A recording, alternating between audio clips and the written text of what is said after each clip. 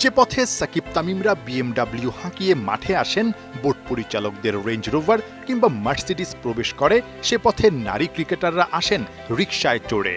Bag বোঝাই অটোরিকশাতে ঝুঁকি নিয়ে প্র্যাকটিসে আসা নারী জাতীয় দলের ক্রিকেটারদের দূর থেকে চেনা দেয়। প্র্যাকটিস কিট ব্যাগের আড়ালে যতটুকুই দেখা যাচ্ছিল সেটাও লুকানোর চেষ্টা, দূরে ক্যামেরার লেন্স দেখে, হয়তো লজ্জায় নয়তো বিব্রত হয়ে। দুদিন বাদেই নারী জাতীয় ক্রিকেট দল যাচ্ছে শ্রীলঙ্কাতে এশিয়া কাপে অংশ নিতে। এরপরই বাংলাদেশের মাটিতে টি-20 বিশ্বকাপ। সেই প্রচারণার সামনে দিয়েই বড় স্বপ্ন নিয়ে ছোট মনে ক্রিকেটাররা ব্যাটারি চালিত ছোট অটোরিকশাতে চড়ে প্র্যাকটিসে। এমন ছবি অনেক প্রশ্নের জন্ম দিতেই পারে। বিসিবি নারী ক্রিকেটারদের বেতন বাড়িয়েছে, ভালো কোচিং স্টাফও দিচ্ছে।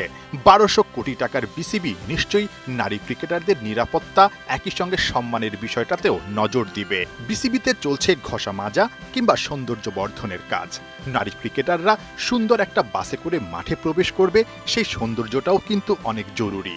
তাই ডরমিটরি থেকে নারী ক্রিকেটারদের আসা যাওয়ার জন্য একটা পরিবহন ব্যবস্থা করা বোর্ডের জন্য খুব একটা কঠিন কাজ হবার কথা না। অনেক নারীর মাঝেই সামনে এগিয়ে এত দূরে আসা নারী ক্রিকেটারদের মাঝে অবশ্য এসব নিয়ে খুব একটা আক্ষেপ দেখা যাচ্ছে না। সবসময় হাসি খুশি, প্রাণোচ্ছল তারা, ক্রিকেটটা উপভোগের চেষ্টায়। ওমেন্স এশিয়া কাপে প্রাথমিক লক্ষ্য সেমিফাইনাল হলেও আলটিমেট টার্গেট শিরোপা পুনরুদ্ধার। প্রথম ম্যাচটা খুব ইম্পর্টেন্ট আমাদের জন্য, অবশ্যই আমরা সেমিফাইনালতে টার্গেট করছি। ফাইনালটা পরের ম্যাচে দেখা যাবে। সেমিফাইনালটা খেলার পরে দেন ফাইনালটা কনফার্ম করবো আমরা। প্র্যাকটিসে নামার আগে নারী দলের হেড কোচ হাসান তিলকারত্নের জন্মদিন পালন করেছেন ক্রিকেটাররা। এই লঙ্কান কোচই জাহানারা জ্যোতিদের দিচ্ছেন ওই কন্ডিশনে ভালো করার স্পেশাল টোটকা। 20 জুলাই আবার ওই স্বাগতিক শ্রীলঙ্কার বিপক্ষে টাইগ্রেসদের প্রথম ম্যাচ ডাম্বুলায়। নাহিয়ান বিন জসিম, ৭১।